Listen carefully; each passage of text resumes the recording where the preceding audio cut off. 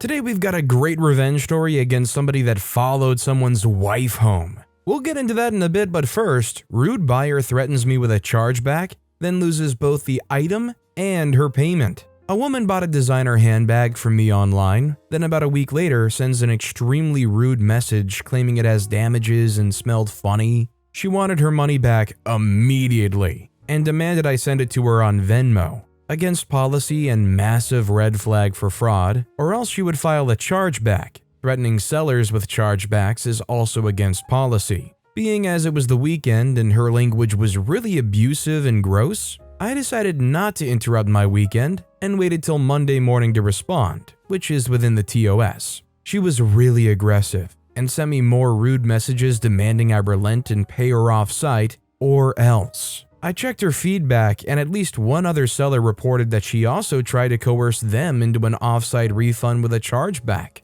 Buyers have enormous latitude in online sales. And to be honest, I just didn't want to deal with her anymore. So on Monday, I responded offering her a full refund in exchange for a free return. And though I didn't believe she was being honest, I gave her the benefit of the doubt and said maybe it was damaged in transit. I fully expected her to return the wrong item, but after I gave her a free return and refund option, she filed then a chargeback anyways, claiming the item is not as described, then left very negative feedback. Both the feedback and existence of a chargeback claim harms my presence on the site and hits me with fees and an automatic refund for her, taking money out of my account automatically and messing with my budget. There's a reason why most sellers will do most anything to avoid chargebacks. It really is inconvenient and damaging for us. Now, being as this used to be my profession, I know that it's considered fraudulent to file a chargeback when the retailer is offered a full refund.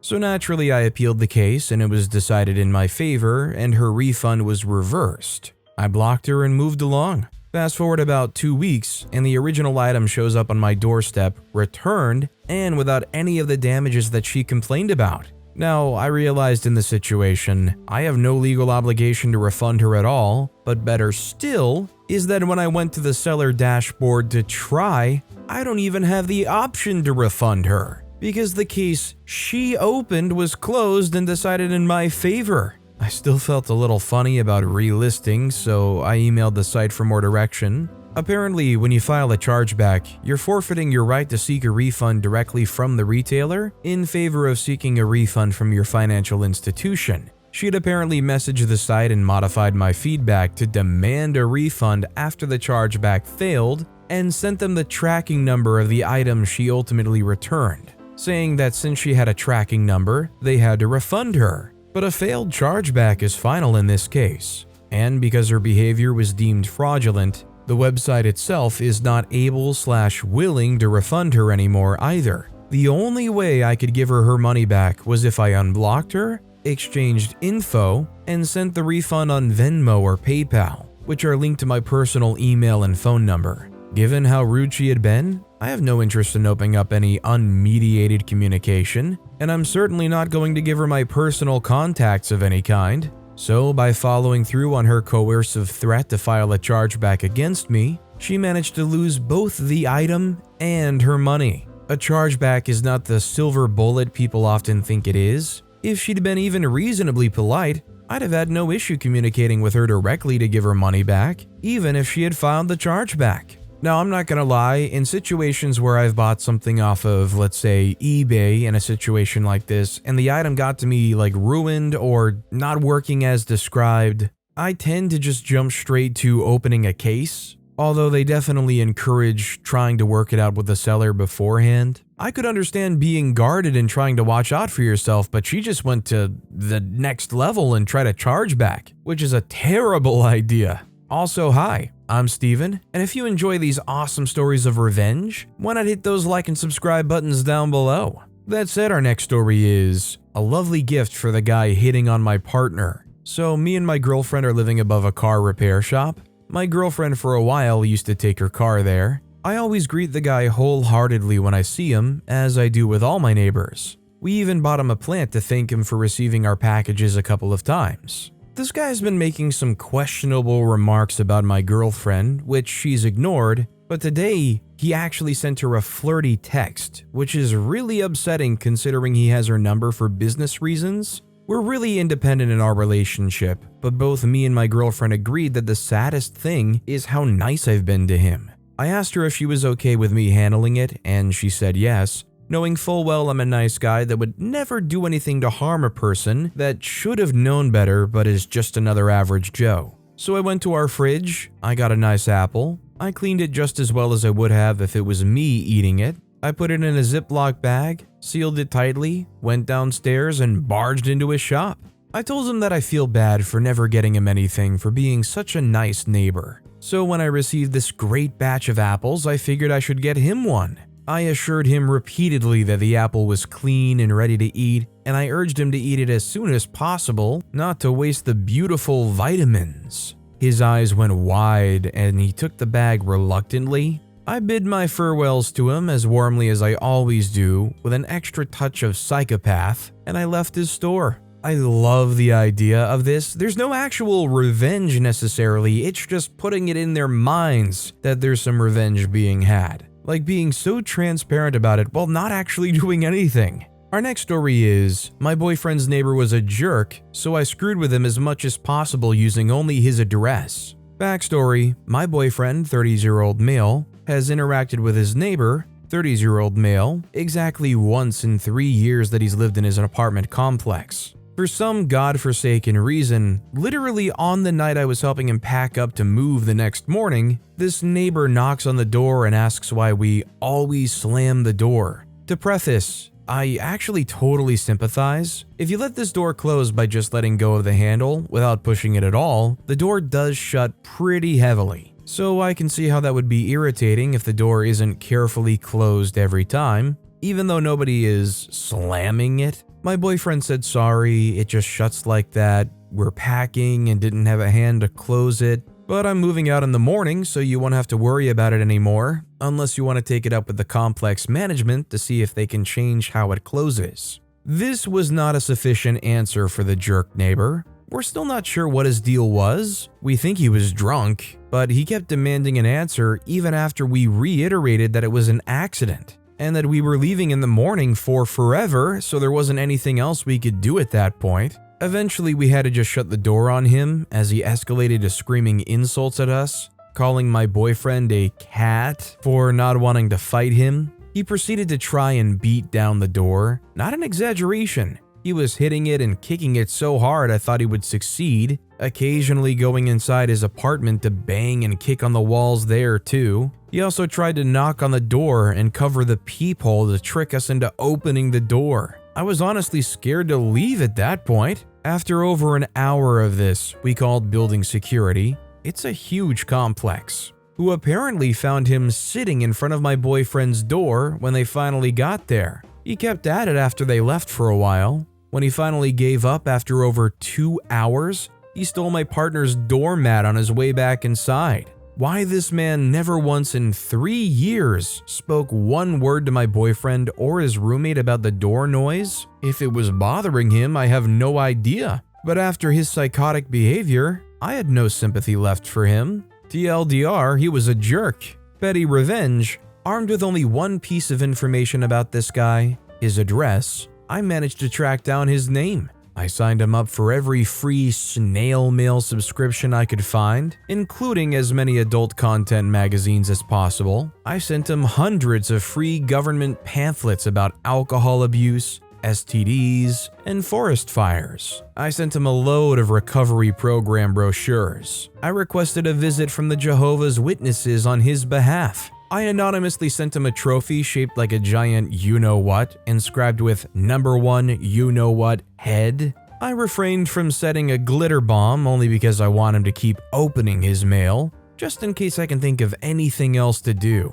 This absolute troglodyte of a person doesn't even know our names, let alone where my boyfriend moved or where I live, so even if he suspects my boyfriend, there's nothing he can do. Finally, to put a cherry on the petty sundae, I stole his doormat on our last visit to the apartment. I only wish I could be a fly on the wall when he starts putting it together. I'm just imagining OP like sets aside their afternoon and they're like, okay, We're just gonna look up every service and resource we can find and just ruin this guy's mailbox. I don't know if this is the kind of place that has like a group mailbox or if you have to like pick it up at the office, but just imagine this guy walks in there and they have like a box just full of mail. It would be great if on the top there was the STD letter on there. Our next story is short and sweet. So I, 19-year-old male, work in the meat department of a natural market. Today I had a customer come in while I was stocking the self-serve case. My other guys were busy, so I asked if she needed help.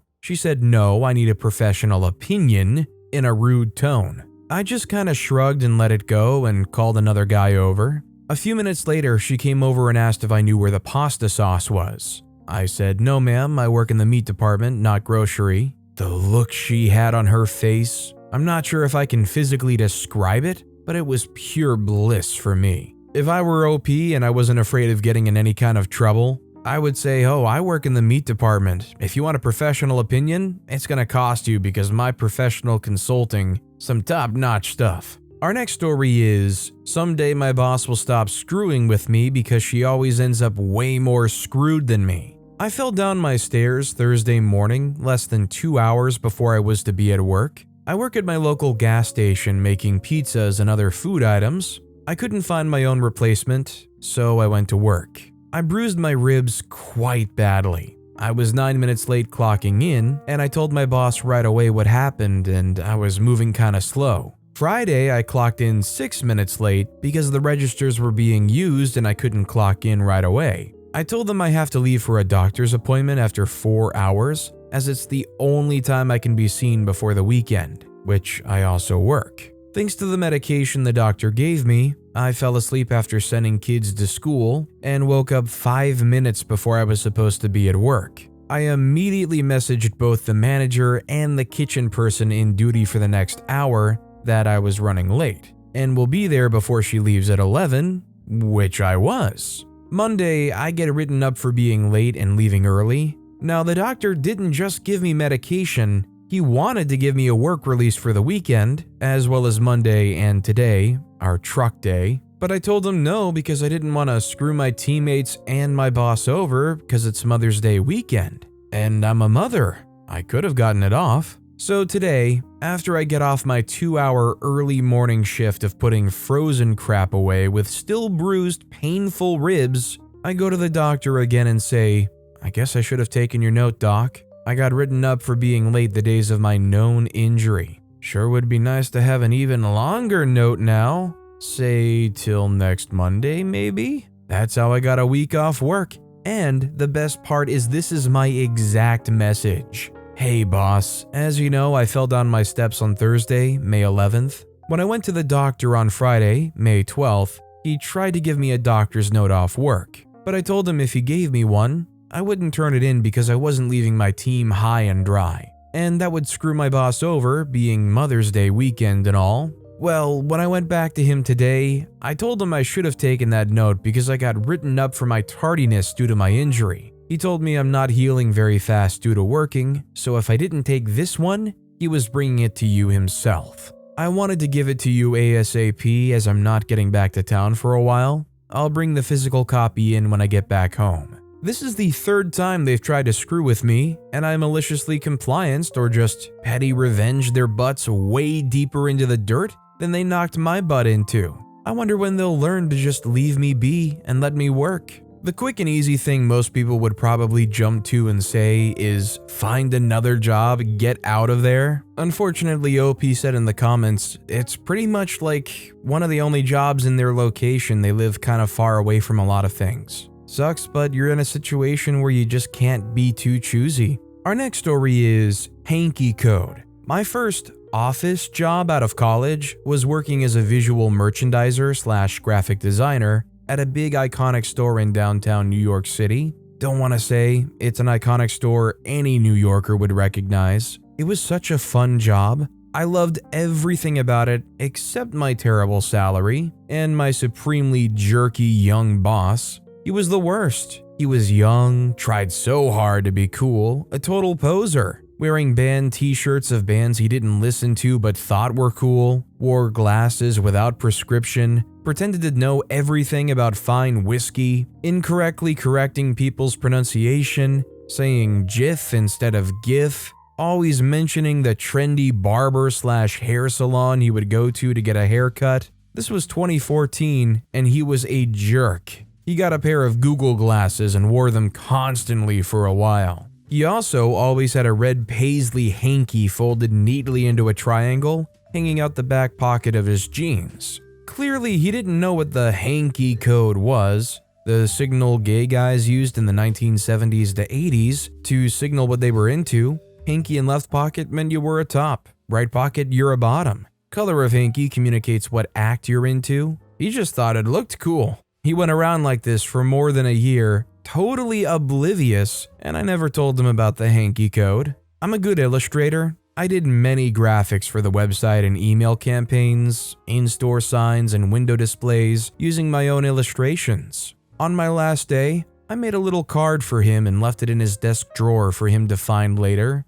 I drew a couple of men's butts and jeans with hankies in different colors, and in the card just wrote, "Google hanky code." I wish I could have seen his reaction when he found it. So although reading the story reminded me that this does exist, I don't think if I was going around in person and looked around and saw somebody having a hanky in their back pocket, I would have been reminded of the hanky code. Do people still actually do that? Like maybe they do it in hubs where like you would expect to be caught by somebody that's looking for that? Like if you went to like a gay club or something? But like do people just casually go around doing that? Our next story is Puncture my Tyre? I moved into my new house a few years ago. The people living right beside my house are a bunch of two-faced, envious cowards. Everything I added to my house that they saw, they would try to one-up.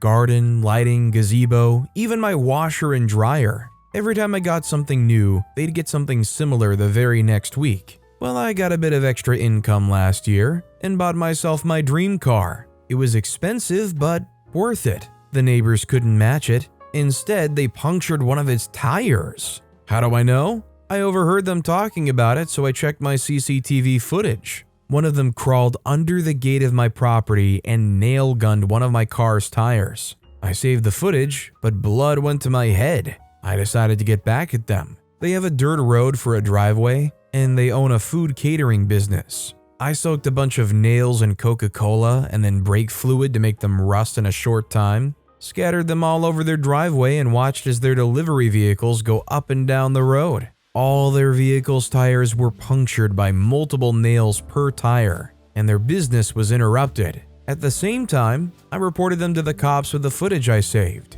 They were charged with malicious destruction of property. I mean, I just hope that OP went about it in a way that they couldn't get caught on a CCTV camera recording their yard or their driveway or whatever. I guess OP just basically tried to make sure that their revenge got done so that it didn't look too suspicious if it happened after they called the cops. Our next story is, boss didn't approve my time off. I'm a single mom of a 2-year-old. We currently live with my parents because I found out I was pregnant less than a month before the lockdown started. I don't have my license yet, work in progress, so my parents are our only mode of transportation. They bought plane tickets to go out of state for my cousin's graduation from June 2nd to 5th. I wasn't able to get tickets for me and my daughter because I couldn't afford it. Well, I asked my boss for those days off on May 12th, so there was plenty of notice, but she refused because it wasn't my vacation and there are Ubers with car seats. For context, I work at a preschool and she goes there with half tuition. I'm not comfortable putting my daughter in a stranger's car no matter who they are or how safe it is.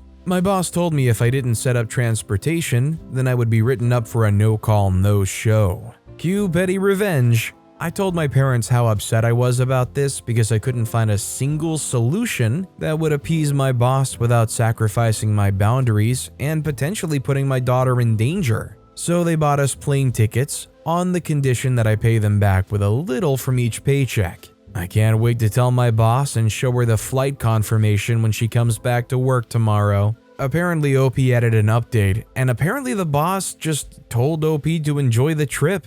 There wasn't even like any bad feelings. Although I did see some suggestions that said get some fully refundable tickets, get the time off approved, and then just refund them. That'd be pretty darn smart. Our next story is, follow my wife home? Okay, I'll freak you out a bit. Revenge is a dish best served cold, right? Well, this dish has been chilling for years. At least a year ago, my wife honked at someone that was in the inner turn lane. My wife was in the outer turn lane. This person failed to maintain their lane and almost hit my wife while they completed their turn. The driver was pissed that she honked and proceeded to follow my wife home. I have dashcam footage if anyone wants it, and got their plate. It turns out they live in a complex across from us. I found out where they live too. However, in the interest of not crapping where one eats, I held off from egging their place to heck. A few months ago, they moved away. I was happy to see them leave. Yesterday, I see a car weaving in and out of lanes behind me. They end up slightly in front of me, and it's the same jerk. Surprise, surprise, right? I guess they didn't move too far or were in the area.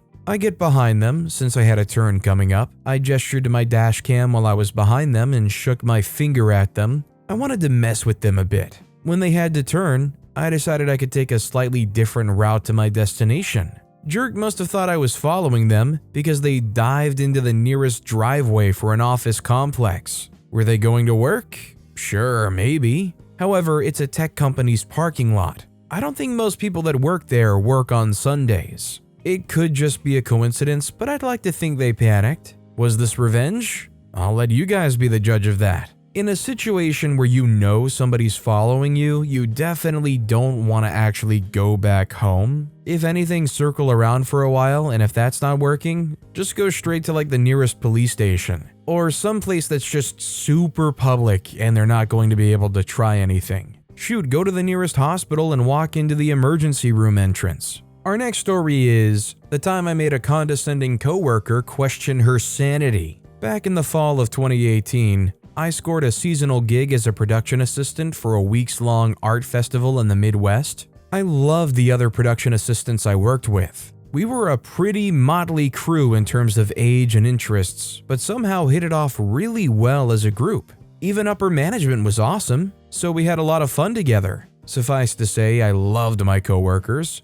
All but one. Let's call her Condescending Connie. At our morning stand-ups, Condescending Connie managed to take credit for everything that got done the day before, despite not having lifted a finger to help us. She even managed to aim subtle put-downs to the person who actually did the work without her help, implying that we were the ones who sat on our butts. She never outright said this though. She was careful to toe the line short of saying outright lies we could call her out on. But of course, this didn't sit right with me, so one of my tasks as a production assistant was stocking and tagging merchandise for the Arts Festival's gift shop. Just after I finished using the tagging gun to price some t-shirts, Condescending Connie threw her jacket behind the shop counter, ignoring my hello, and walked back out again. I don't know what synapses fired in my brain to give me this idea, but I picked up her jacket and took out the pricing gun to punch a price tag fastener through the clothing label. You know, one of those little pieces of plastic that get left behind on the label when you try to rip the price tag off by hand.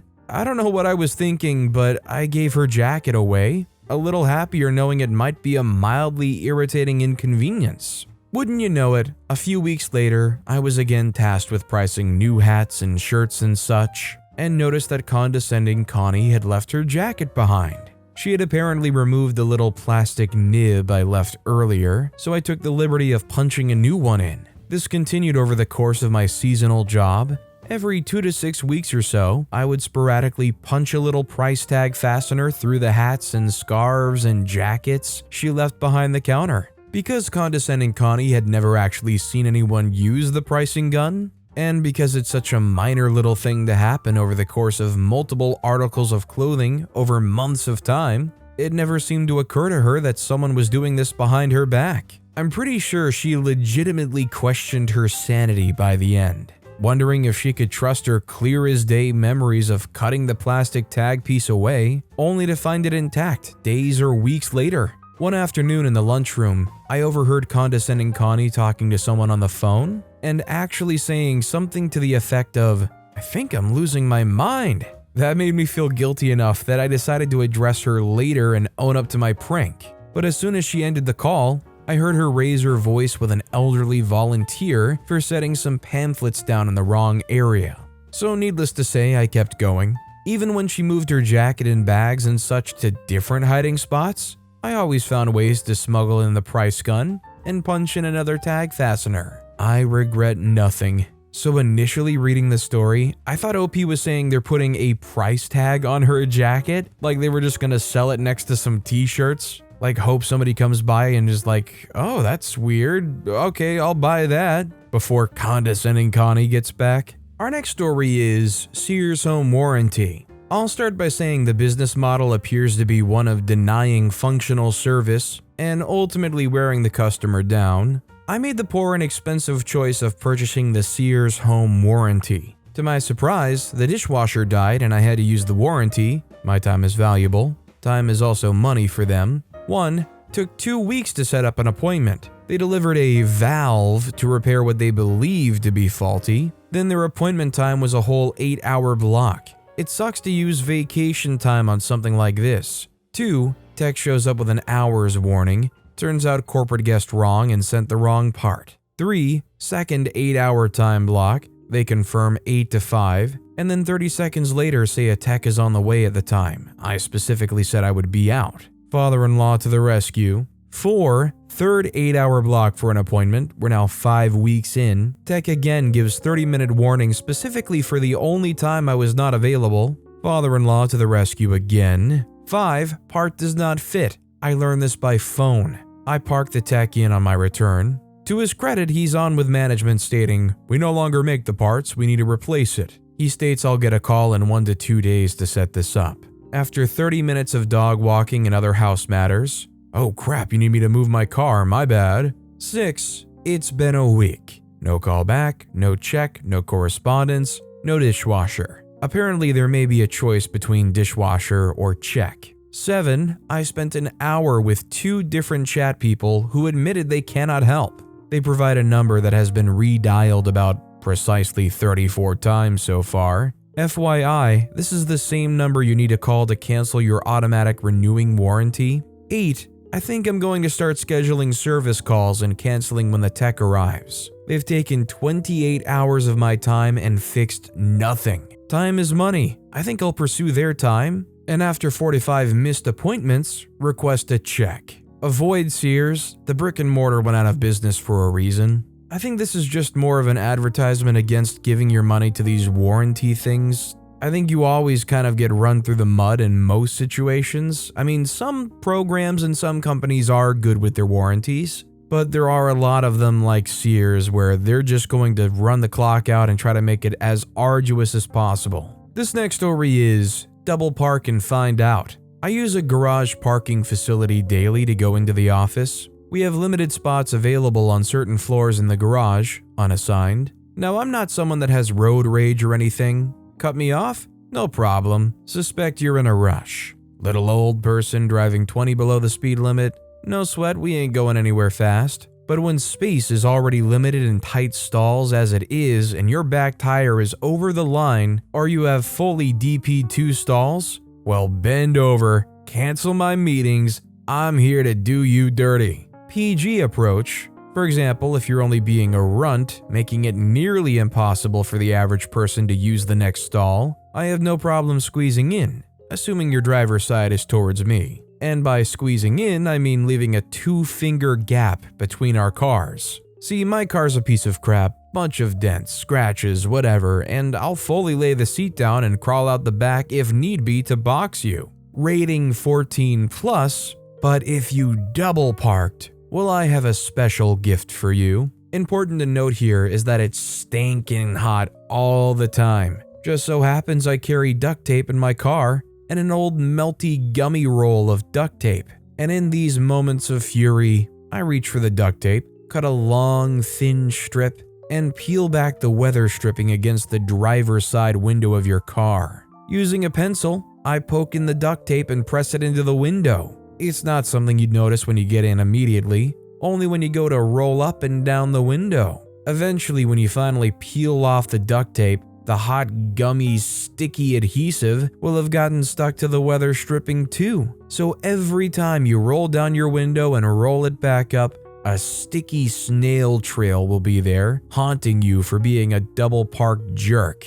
I mean, most people just kind of like curse or vent about it online or through text to a friend or something. Maybe take a picture, put it on your story. Nah, OP's got a whole plan and a half ready. But with that being said, that's all the time we have for today. Now, if you want to hear another absolutely crazy revenge story, check out that video on the left. Or if you missed my latest video, check out that video on the right. That said, I'll see you all next time with some more stories.